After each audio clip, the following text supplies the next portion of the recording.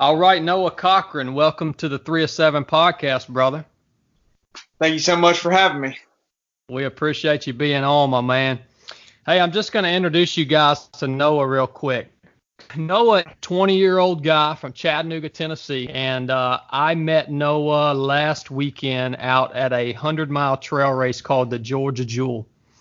And so a little bit about Noah, he's got multiple podium finishes in his resume. He ran track all 4 years in high school. He's got a 1-mile PR of 4 minutes 39 seconds. He's got a 5K PR of 16 minutes and 53 seconds. And I think the most impressive to me is this past weekend at the Georgia Jewel. It was Noah's first 100-mile race, and Noah won the whole race. He beat me by I think he almost beat me by 2 hours. Yeah. Yeah. So I was second place. Noah was first place. And I saw him one time the whole day through the race. Well, at the start line, I saw him, obviously. And then the only other time I saw him was coming in an aid station. And the rest of the time, he was so far ahead of me, I never saw him. So I came in second place. And then we met up at the finish line and had a little chat. And I just had to get him on because not only is he an awesome runner, but he's 20 years old and he's got that fire in his eyes. He's got so much focus, and he's so disciplined. It just goes to show that age really doesn't matter. Yeah. I think that we can all learn something from Noah. Absolutely. And we're looking forward to digging in with you, brother, and seeing where all that comes from, man. And yeah, that's a little bit on Mr. Noah Cochran, brother. So starting out, I want to talk a little bit about Georgia Jewel, man. Again, 100-mile race. This was your first 100-miler, right? Yes, sir. First place. I mean, that's unbelievable, man. And what was your time? They had me at 19:59:15, right under 20 hours. That's awesome. And I guess we should mention, too, he shattered the old course record for Georgia Jewel. And Georgia Jewel is the longest running 100-mile race in Georgia. And Noah shattered the course record by nearly 2 hours. So that's just one thing on top of the other. And he looked good doing through the whole thing. I saw him a lot more than you. He come through those aid stations like a race car. No doubt, brother. Well, hey, what were your goals going into that race, Noah? Man, me and my dad had talked a lot about it. It was my first one, so he kind of advised me. He was like, it might be a good idea for your goal just to finish. But that's not really how I operate. I want to give my best in everything I can do and everything that I do. And I told him, I said, man, I think I can get the course record. And he was like, well, I believe it, but, you sure you want to really go for that and commit to that, and risk blowing up? And I just told him, yeah, I think I can run under 18 hours. So that's what we kind of had said. And then as the day went on, I wanted to get under that course record, and I knew I could do it. So that was the plan going in, and I'm unbelievably fortunate to be able to do it. No doubt, brother. So you went in to win. That was your mindset. I like that a lot. And I want to let you know I was also there to win that day. So I had the same mindset, but I didn't see you. I never saw you coming. Well, you know what's funny? We were at the Snake Creek aid station. I was talking to Paul, and Jeff, Noah's dad, was over there beside us. And I was talking to Paul about crewing you, and I can't remember. I said something. I said, but Chad's here to win this thing. And this will help him out. And I didn't know Jeff at the time, and I thought afterwards. I bet Jeff was thinking, yeah, Noah's here to win it too. This is going to be a battle. No, that's what I hope. I hope whenever I toe the line that everybody's there to win. I don't want it to just be me or just be, a few people. I hope the whole field is filled with people that want to win and want to go hard and want to give their best, and that's when it's fun. I agree, man, and I've always said that about every race that I do. And unless I'm doing a race with a group of friends that maybe it'll be their first ultra, or they don't have quite the running background that I have, and they've kind of recruited me to run the race with them and just kind of get it with every race that I'm running by myself. I'm like, hey man, this is a race. That's why they call it a race. I'm going to try to win no matter what. And sometimes it works out and sometimes it doesn't. But just to let you know, Noah, have you ever wondered what people were saying about you? You mean as the day went on? Yeah, going through the aid stations and stuff. Do you ever wonder I wonder what people are saying about me? I mean, I guess I may have thought a little bit about that once I finished, but definitely not as I was running. I was just focused on getting through. But so many people have reached out to me. It's been crazy, and told me congratulations. I guess they were thinking I was a fool or something, but. So yeah, when I would come through the aid stations behind Noah, everybody would say, yeah, he's running real fast. We don't think he's going to be able to hold on to that pace. This is his first one. Yeah, this is his first race. He's not experienced in this stuff, and of course I was thinking the same thing when you went off the start line, man. You had to have been laying down 7-minute miles probably at a minimum. And I was chasing you, dude, and I thought the same thing. I ended up having to back off, and I thought there's no way this guy's going to hold this pace. But you did it, my man. Can you give us a high and a low during your race, man? Yeah, there were many, as I think is typical.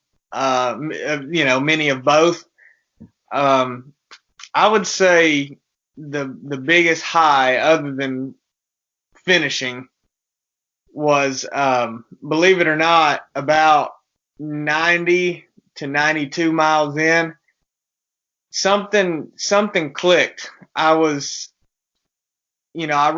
felt like I ran a really good race through 70, and then about 70 to 90, it was starting to get dark.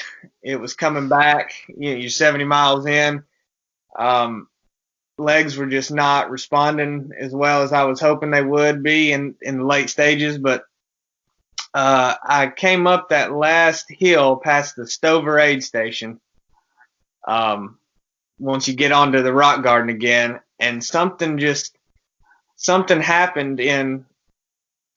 Maybe it was my mind or my body just came around, and I feel like I ran harder for the last 8-7 miles than I did in the whole race. And I was running smooth, not tripping over any of the rocks.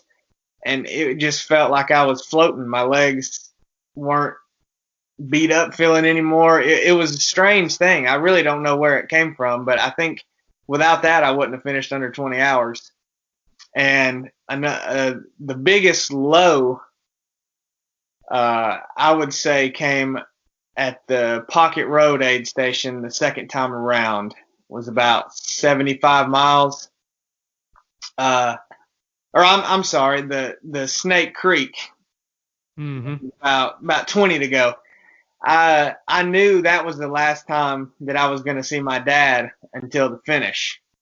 And that's, you have to really be ready to commit to 20 miles without seeing, cause he's my best friend and, my biggest supporter. So I knew I wouldn't get any encouragement from him till the end of the race. And I that started to weigh on me.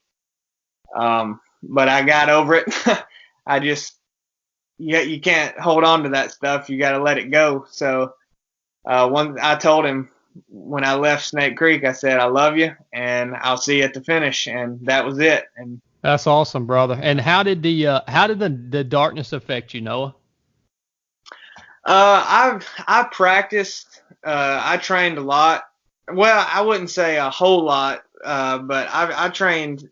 There were many runs where I'd get out and practice with the headlamp and the flashlight that I had.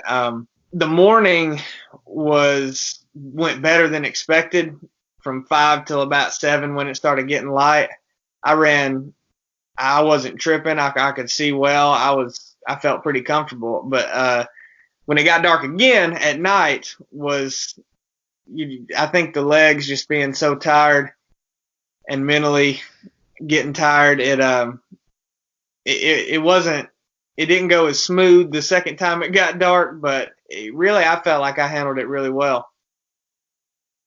That's awesome, brother. Yeah, you obviously you did practice for it because you never did slow down after dark. I mean, you kept gaining on me the whole time.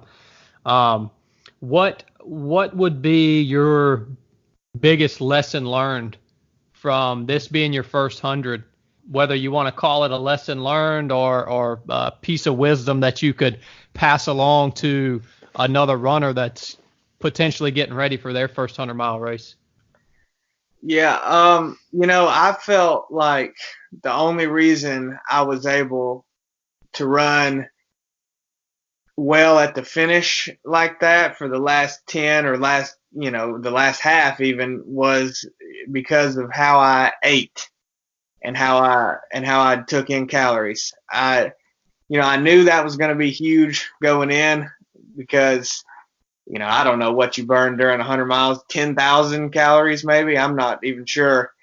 So if you're not replacing that, you're just not going to be able to maintain any form of pace. So I was drinking calories, I was eating calories steady from as soon as we started.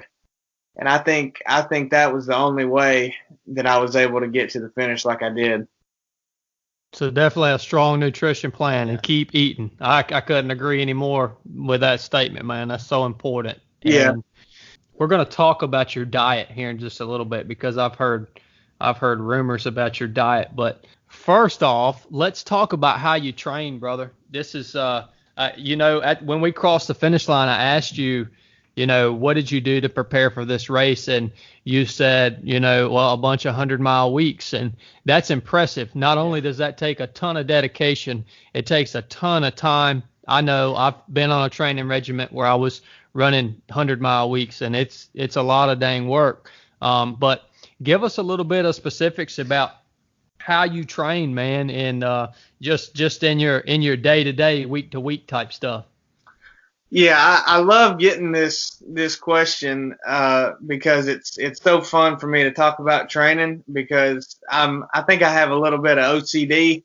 I'm super obsessive over trying to make it as optimal as I can. So I'm constantly tweaking things and seeing how I respond to different things. And people always ask me, what does a typical week look like? And I tell them there is no such thing as a typical week. I'm constantly doing something different, trying something new, adjusting for this race, backing down for this. So that's one thing that I think is a key to my training. I would say is very varying the distance, the mileage per week, everything. I'm constantly varying, and I think it helps me adapt to different stimulus. But the main pillars of my training are pretty constant. Long runs are the absolute staple. Most people recommend one long run a week. 2 or 3 is more of what I think is optimal for races that are ultra marathons up to 100 miles. Long runs are super important. And what kind of distance what do you consider a long run distance wise, or do you look at time or distance or what? I typically go by distance with pretty much everything. What would be long for me is over 20. Over 20 miles I would consider long. Anything under that, I could just consider a recovery run if it was also slow. I do some back-to-back long runs, which I think is a key to my training. Usually if I do back-to-back long runs, the first one will have some sort of intensity, like a hill repeat session in the middle. So I'll do a 20-mile run with the middle 5 blasting some hills and then recovering back down and then going back up.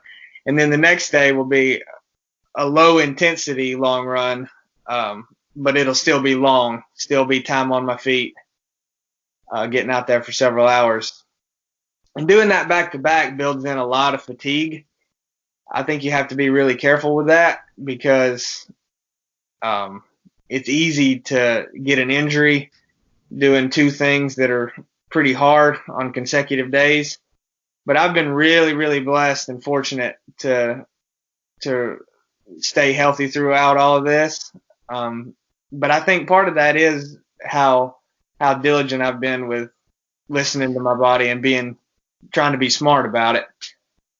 But long runs and hill workouts are absolutely key to me.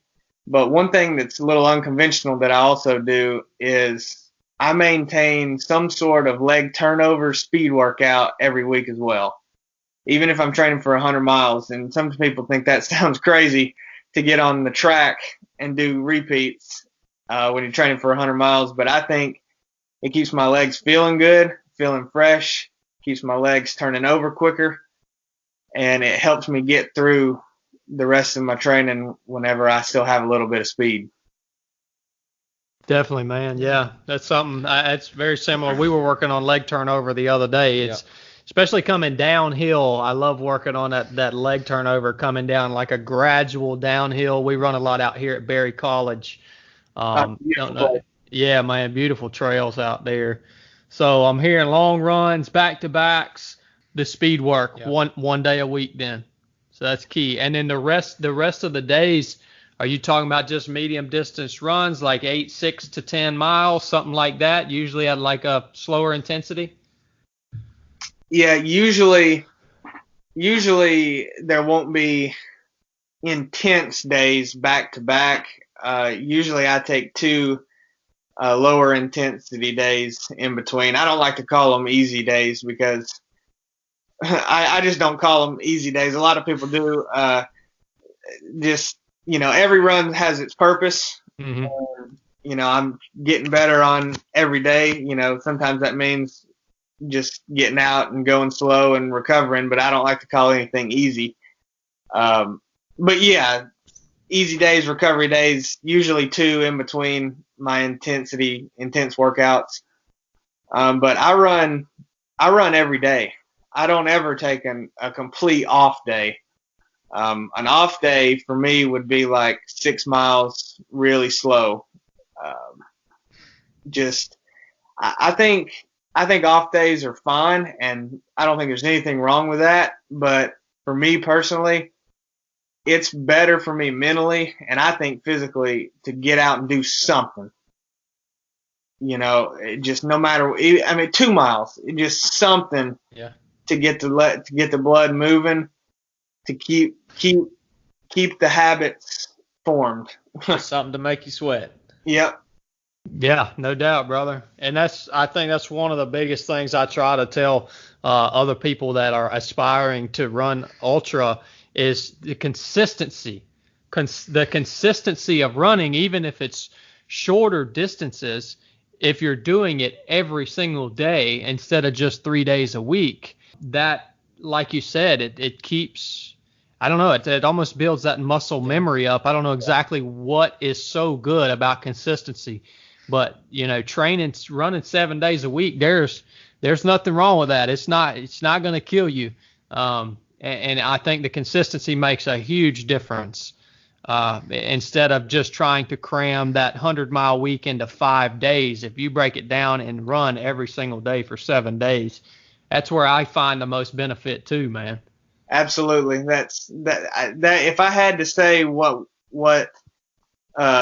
one workout or 1 week of training led to my improvement, I wouldn't be able to point to it. I'd be able to point to everything that I've done. The whole broad scope of training every day has contributed to it, the consistency.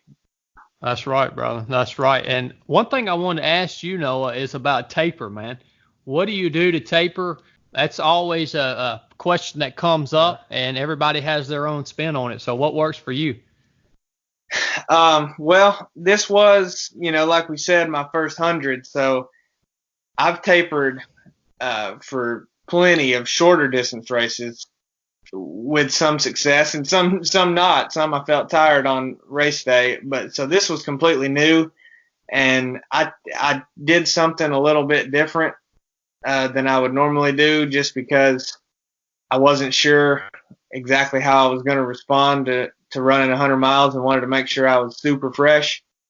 So what I normally do if I'm just running a shorter road race or shorter trail race or something would be, I don't back off the mileage a ton, not as much as some people. I feel good running high mileage, and like you said, I think it goes back to that consistency that just keeps everything's turning over right. I'm used to it. This is how I'm supposed to feel.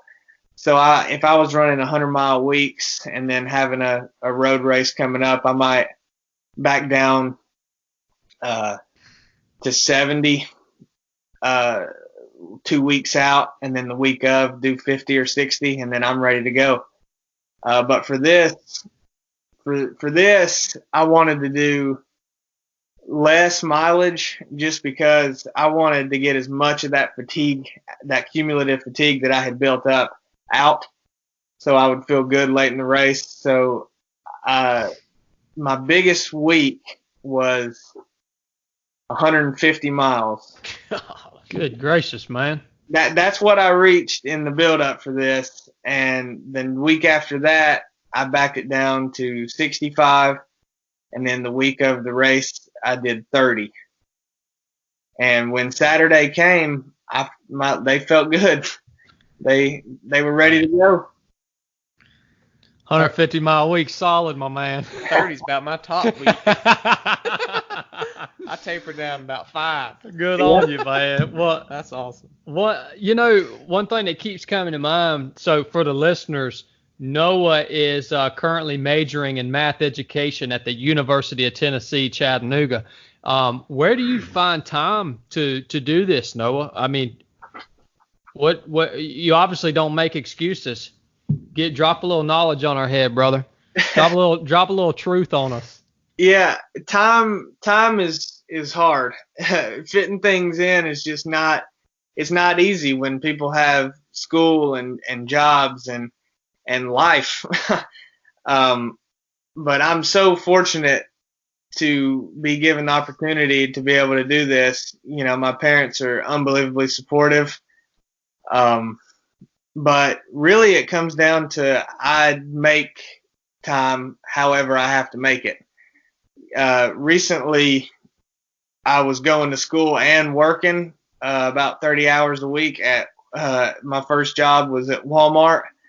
And that was it's pretty difficult to do it when you're going to school working, but people work way more than I do and can still find ways to train. So I just don't believe there's any excuses. But when there's school, working it around that, I just run whenever there's an opening. So I don't ever run at the same time of day usually. I always am running. One day might be 6 in the morning. One day might be 3 o'clock in the evening. One day may be at noon. One day may be at 5 in the morning. And a lot of people don't like that. They like to have a schedule that they can stick to. But sometimes you have to move things around to be able to fit in what you got to fit in. So that's one thing I would suggest is, if you have to get up at 3 in the morning to run, so be it. The only caveat with that is I'm a huge proponent of sleep. I think sleep is critically important to absorbing the training and getting better. So I wouldn't recommend never getting any sleep just to fit it in a run, because you won't benefit from it doing that. But any way that you can fit it in, move things around just to get something in, you just have to do. It's not something that people love to do usually, to move things around just to run, but it really comes down to how bad you want it. Stay flexible. That's a huge thing with you. It sounds like stay flexible, get the run in when you can. Well, what goes along with staying flexible is always planning ahead. I plan runs ahead a week or even a week and a half, 2 weeks in advance. I know what my schedule is going to be usually. Now things come up, but I plan ahead to make sure that I'm not blindsided by something. Get to Friday and be like, oh, I forgot I had this coming up. I should have ran in the morning. Now I can't get it in. No, I knew this was coming. I'm going to get up and do it when I fit it in when I have to. I love that, brother. And the word I was looking for that I got out of the first point was make it your priority. Oh, yeah. And that comes back to the whole idea behind 3 of 7, the body, soul, and the spirit. You've got to make time to nurture your body, which you're doing through your training, but you're also nurturing your soul, which is your mind, will, and emotions, by disciplining your body, and you're making those things a priority in your life. So being flexible, making it a priority, and also planning ahead. Those are freaking awesome points, Noah. I love that, brother. I think that planning ahead prepares your mind for it too. You got something you can kind of play it back how it's going to work out. That's a big thing for me doing anything. If I can see it happen before I do it, I can always do better at it. Yep. And a lot of people, when they get to, it's easy to make an excuse when something comes up. People are busy and like you have a family event on the weekend. It's easy to be like, well, I couldn't run because I had to do this. Well, if you plan ahead, you could have maybe found time, Yeah. So. Solid wisdom, my friend. Solid wisdom. I want to dig into your diet real quick, Noah. This is huge, man. Like I said, I've heard a little rumors through the grapevine about your diet being really, I guess, good, but really strict at the same time. Talk to us about that, how you eat and the discipline that goes into that, man.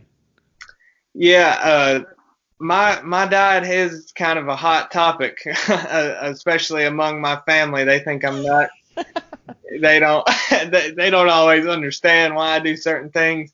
And Jeff was showing me your special peanut butter that you have. Yeah. I got lots of special items, I think. But yeah, I first of all, I'll tell you why I'm so, I guess you would say, strict about my diet is because I think it matters. If you don't think that something matters, then you're not going to worry about making sure that it's optimal. But I believe that it's huge. I believe that it makes a huge difference in how you feel and how you perform. So if something makes that big of a difference, then I want to optimize it. And that's what I spend a lot of my time doing as well, trying to figure out the best things to eat, how to eat, when to eat. Basically, I don't prescribe to any certain diet. Like I know the ketogenic diet is really popular now. There's paleo. Some people are high carb. Some people won't touch a carb. I say I follow the Noah Cochran diet. It's just what I think is balanced as possible and works the best for me. So I guess the best place to start would be I'm trying to get away from processed food as much as possible. I want to eat as many whole foods as I possibly can. Basically, if it comes in a package, that's fine, but it needs to have no artificial colors or flavoring or anything like that. That's poison for your body, in my opinion. Yeah. The packaged food that I do eat is like a Lara bar. The only ingredients are dates and almonds or something like that. It's just whole foods. But I try to make sure that I balance vitamins and minerals as well as I can. So I'm a big proponent of getting protein and iron and B vitamins from meat. And I'm a big proponent of getting vitamin C, vitamin A, vitamin K from from vegetables, like leafy greens and carrots. And I'm a big proponent of getting good carbohydrates and other vitamins from fruit, like bananas, oranges, berries, and that's pretty much all I eat. And a lot of people are like, "That's really all you eat? That's all you can have?" And I tell them, "No, it's not all I can have. I can eat anything. I just choose to not eat anything else. This is what I want to eat, and this is what I believe is going to help my performance the most." So That is awesome, dude. And yeah, another thing about you, Noah, you are a race car, man. And a race car takes a specific type of fuel. And that's why I will probably never be as fast as you, because I'm like an old 1994 Toyota truck. I can just keep going, and I'm never going to die. But you are putting that race car fuel in a race car body, and that's why you perform the way you perform, man. Give us just a quick, for the listeners, give us a quick breakfast, lunch, and dinner. That'll just give the listeners something practical that they can kind of base their, diet, not necessarily whole diet off of this, but see what one day may look like. Yeah, that's great. I think that's a great way to do it, is just show examples. So I wake up and I try to get a good high protein breakfast in pretty quick. I pretty much have the same food almost every day. It's pretty boring. I eat pretty much the same thing every day. So this is pretty easy for me. I wake up and I make oats and eggs. I scramble 4 eggs. I make about 300 calories worth of oatmeal, and I put in chia seeds, pumpkin seeds, almonds, and 1 banana. And then I'll usually have a small amount of fruit with that, like blueberries and an orange or something like that, and that's my breakfast. And I drink nothing but water. So throughout the day, I drink at least about a gallon, depending on how much I sweat. So that's pretty easy. I never drink anything but water. So, but then I don't really ever snack a lot. It's usually just 3 pretty decent sized meals. So that's breakfast, and then lunch is usually I don't eat bread basically ever. I try not to eat any refined carbohydrates, so I'll basically make a sandwich without the bread, just like lettuce or some sort of leafy greens, a tomato, or just any other vegetables, and then I'll throw on some meat, like lean turkey or chicken. I'll usually have another banana with some peanut butter.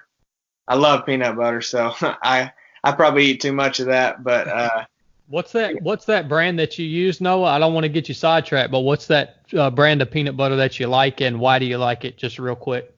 During the race, I had the little packets of it's Justin's peanut butter. Yep. I know what it is. Yeah, the ingredients in it are peanuts and a little bit of oil to keep it from separating. So that's all that's in it. Perfect. I would honestly like just peanuts. That's what I get when I get normal peanut butter. I go to Earth Fare and you can grind your own, so it's literally just peanuts.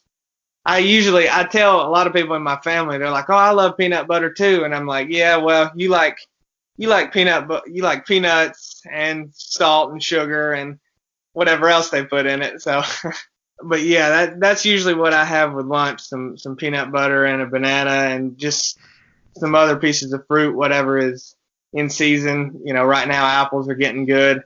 But that is a key though, is eating things that are in season. Seasonal fruit, I think, is usually packed with more nutrition and it tastes better. So I just roll with what's in season. But and then moving on to dinner, that's what varies the most. I'd say my favorite meal is steak fajitas.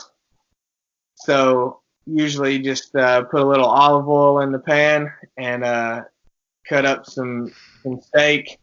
and then throw in a bunch of onions and bell peppers and black beans on the side, and then that's a good example of a dinner that.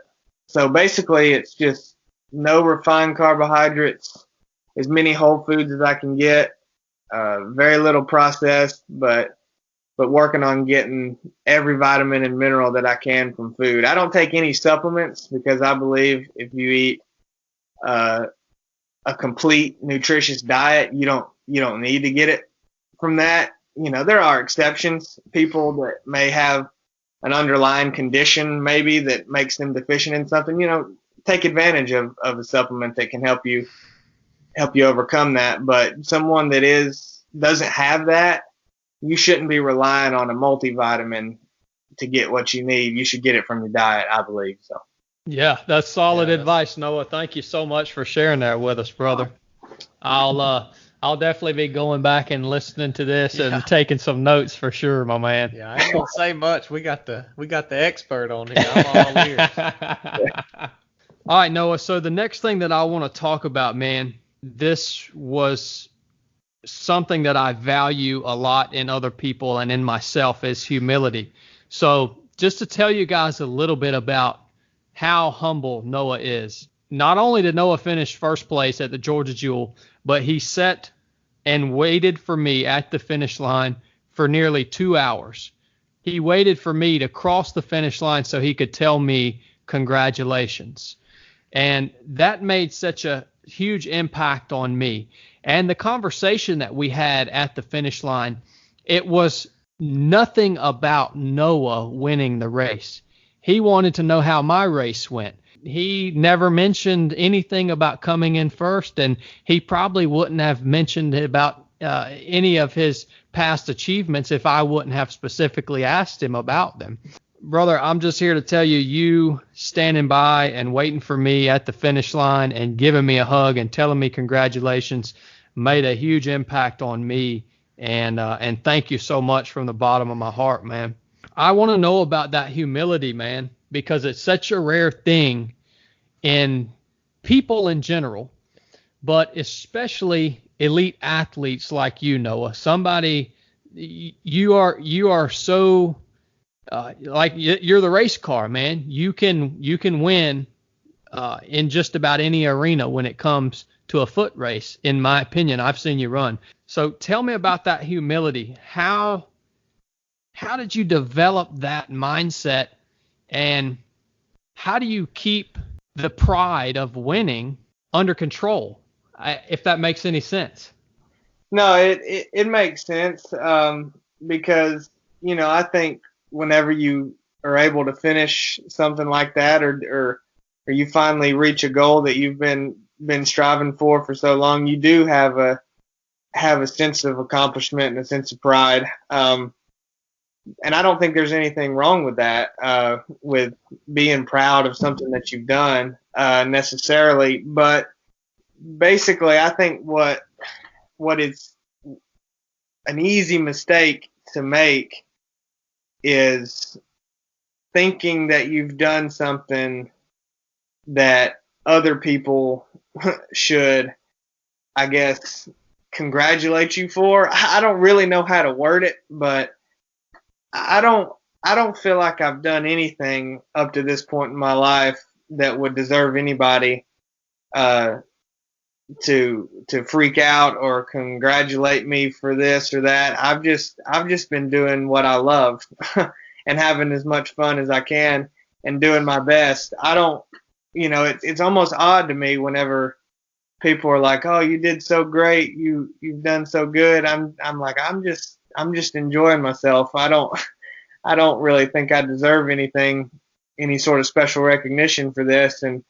maybe that's what it comes down to, just not building yourself up too much whenever you've done something. I really don't know. I wouldn't say that I'm, just this huge humble guy, but it's certainly great to hear someone else like you, who I already respect a great deal, say that. It's humbling to hear that. But I think part of like that attitude with me just comes from how I was raised.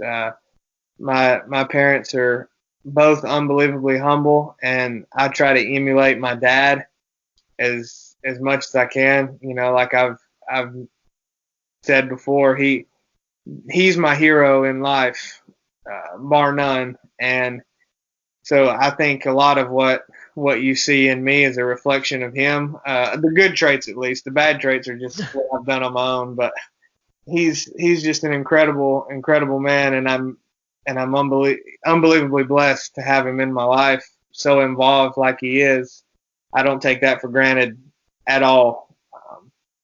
And I think that's a big part of it. Both of my parents' influence on me. What I like too was in his bio, in your bio, where Chad was asking for some of your accomplishments, and you said none of these accomplishments are mine alone.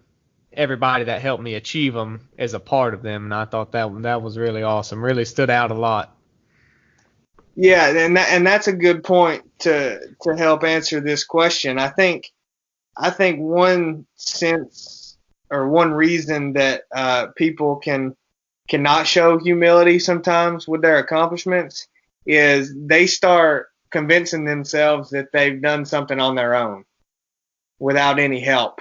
They have told themselves, I just did this, it was me. And I just don't prescribe to that line of thinking. I've never done anything truly on my own. I'm a very independent person, but it's just foolish to think that you can do anything completely by yourself without any help.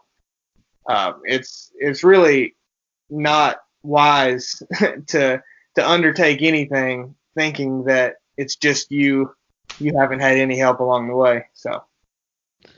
And the fact that you've learned that at such a young age, Noah, is going to take you such a long ways, man. And I learned that lesson in the SEAL teams, obviously, where we had to work as a platoon and you had to rely on your teammate, because I couldn't accomplish the mission without my teammate beside me or in front of me or behind me. Right. And I've carried that with me now throughout the rest of my life, even now into business with 3 of 7. Just like these T-shirts that we have. We just put them on the website today. These T-shirts, all I had was a bunch of words in my head. I had these mantras, but it took a whole team of experts to bring them alive and make them into the product that they are now. I could have never turned them into something as awesome as they are now. So even in business, it's the same way. If you think that you're going to accomplish anything in and of yourself, you're in for a pretty rough ride, and you've already lost. You're probably not going to make it very far. Yeah. So thank you for sharing that lesson with us, Noah, and thank you for the humility that you show, brother. Like I said, it made a tremendous impact on me, and I've been around the world and met no telling how many thousands of people, and I could tell immediately when you and I met at the finish line that you were a special individual just by your actions, your body language, and your words, man. Yeah, when he finished the race, well, not when he finished, but when he got home, he said, we got to have Noah on the podcast.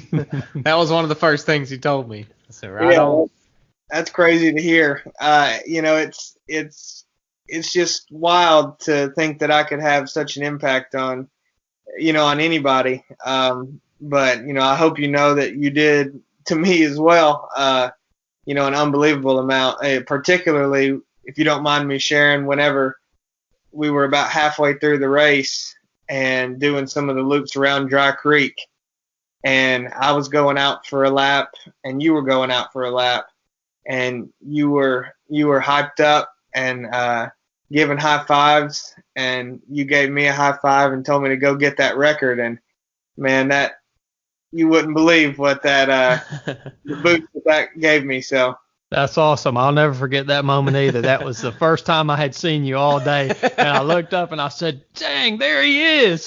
And I had to run over there and wrap my arm around you, man, because I was so freaking proud of you. I didn't even want to win at that point. After I saw how well you were doing and how you were just crushing it, I was like, I don't even want to win anymore. I want to see this guy win. He's crushing it, man. So, no, nice work, Noah. And last thing I want to talk about, brother, is so from this point forward, what are your future goals for racing?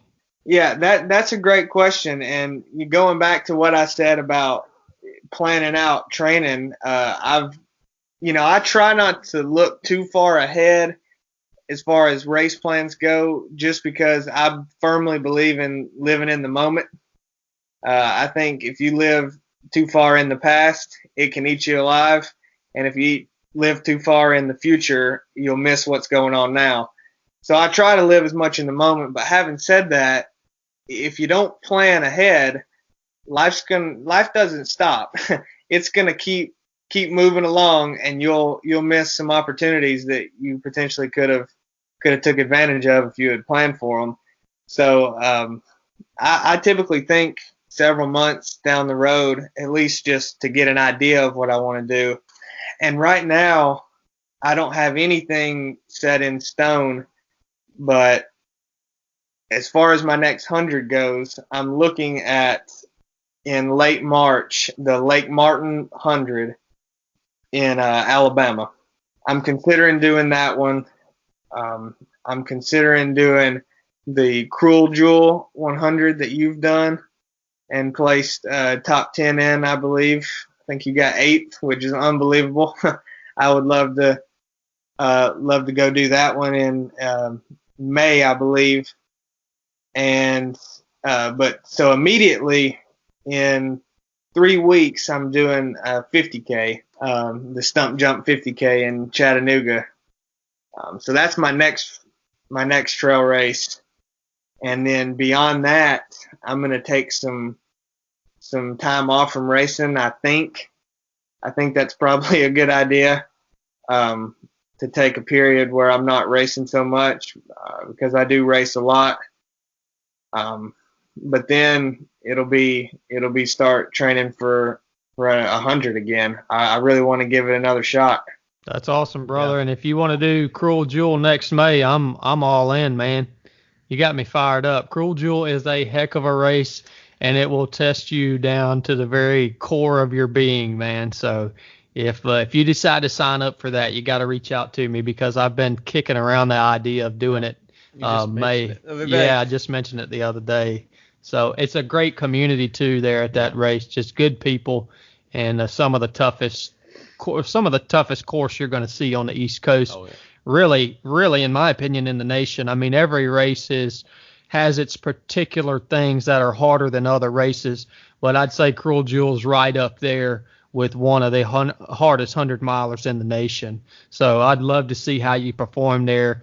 I would love to put in a good training block myself and come there and compete against you. Yeah. I hope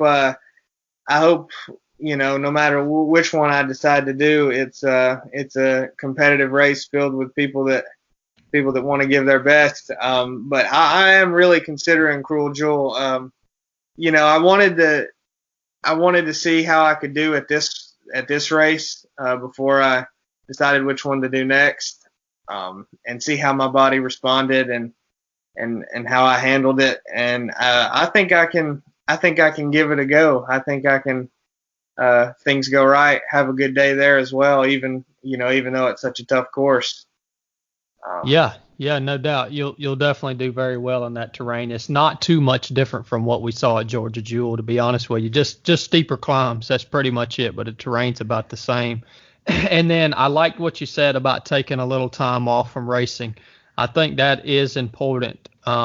Usually my off season is the summertime. So this past summer, I have not ran much at all. I'd say I've probably averaged 15 to 20 miles a week, and I don't do any races in the summer. And really it's just because of the heat. I would probably run more if the weather was better down here in the south, but it's just so hot and humid.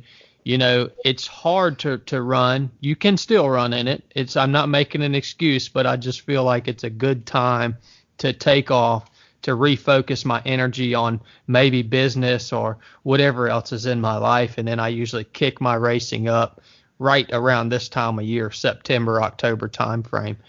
So that's a solid point, Noah, taking a little time off from that racing. And then how about your future goals in life, man? I know you're currently in school. How much longer do you have, and what are you looking at doing for work after that? I've got about 2 more years, hopefully. Hopefully is all it'll be if I can maintain the right amount of hours each semester. And keep getting good grades. Hopefully I'll graduate with a bachelor's degree in 2 years, and then I want to teach high school math is what I want to do, and as well as coach. My dad was my coach in high school cross country, and he really showed me the impact that a good coach could have. Even though he was my dad, he was a fantastic coach to me, but also I could see how he interacted with other my teammates as well, and it really made me want to get into coaching. So I want to be a teacher and a coach whenever I graduate. That's awesome. Yeah, there's no better profession in my mind than being a teacher, and we definitely need guys like Noah in that arena. Yeah. Putting out good word and putting off good information to the younger generation. Yeah. So you stay after that, brother. I know you're going to be successful. There's no way that you can fail because of your mindset and because of the type of person that you are. Hey, man, last question I got for you. I left this one for the end because it's kind of goofy, but what's up with the shirt, bro? I was waiting for the end to ask that too. Tell me about the shirt, man. Hey, man, that's just my style. No, I will tell you, I don't think I've told anybody this. Only my parents know, so this will be a good time to say, you said it was a goofy question. This is kind of a goofy answer when you think about it, but when my dad was asking what I wanted to race in, I told him, I said, man, I don't just want to wear some regular old branded singlet, I said, I don't want to, all these brands that people wear, they flash them everywhere. It's just free advertising. I was like, just give me a Hanes t-shirt and let me run in that. And so he was like, well, that's not going to be very comfortable. So I said, well, here, let me have it. And I cut up on it and put some holes in it and made it a crop top level, and I said, now it'll feel good. So yeah, so when I first saw Noah at the start line, it was dark. I think it was about 5:00 in the morning, and Noah's standing there with his dad, and I can see Noah's got the eye of the tiger, man. I look at him in his eyes, and I think, well, all right, this guy's going to be pretty fast. I didn't know how fast at the time, but then I look below the neck, and he's got this Hanes t-shirt on that looks like it just went through a meat grinder. And then he's got these little short shorts on that are in American flag pattern. And I was like, heck yeah, man, keeping it real, brother. Yeah, I know I look pretty goofy to most people, but it's just, hey, it works well for me, so. Hey, I have a similar style. So at my first 100-mile race was Cruel Jewel. That was my first race, and I actually wore a cotton tank top that was screen printed on the front. Gangster Rap made me do it, and and just like an old pair of basketball shorts. And then I ran a last man standing race a couple of months ago, and I ran that in a old uniform shirt that a friend of mine, he's like 65 years old. He works at the local hospital, and it's an old collared hospital button-down shirt, and it says Reggie. It's got a name tag, says Reggie on it, and it was just tripping people out to no end, dude. So I love your style, man. Yep. That's great. Yeah. Hey, everybody should be theirself, man. I don't want to see anybody out there trying to be somebody else. So. That's it, brother. Well, Noah, thank you so much for your time, my man. This was an awesome interview. I have a good feeling that it's going to impact quite a few people, and it's already impacted me Yep. and Blake too. So if it doesn't impact anyone else, so what? Mission accomplished. That's If no right. one else listens, you did an awesome job, my man. No, that was great. I cannot wait to see you on the trail again, my brother. Yeah, I hope it's soon. And we'll definitely need to stay in contact and talk about what's next. So. Will do, Noah. Thank you so much for your time. And this is 3 of 7 podcast. We are out.